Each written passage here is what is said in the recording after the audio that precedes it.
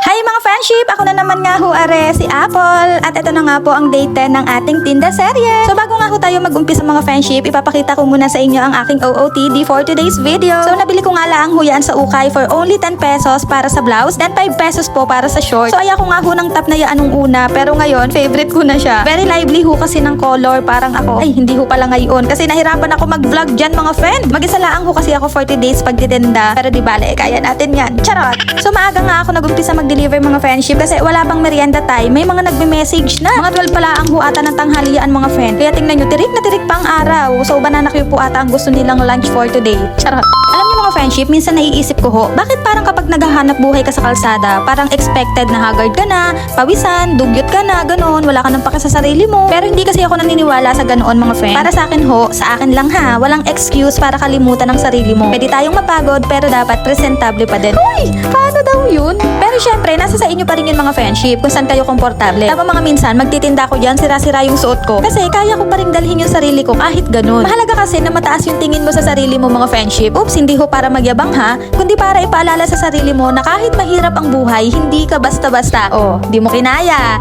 Hindi naman po kasi kailangang maging mayaman para magmukhang mahal. Hindi rin kailangang sikat para maging marangal. Ang kailangan mo lang talaga mga friendship, tiwala sa sarili mo at sa ginagawa mo, samahan mo na rin ng diskarte. So ayan nga mga friendship, hanggang din nila ang humuna ang ating tinda serye. Maraming salamat ho sa pagbili at pagsama. At bago nga ho matapos aring aking video, itanong nyo sa sarili nyo mga friend, kung hindi mo mamahalin ang sarili mo habang naghihirap o nahihirapan ka, sinong gagawa nun para sa'yo?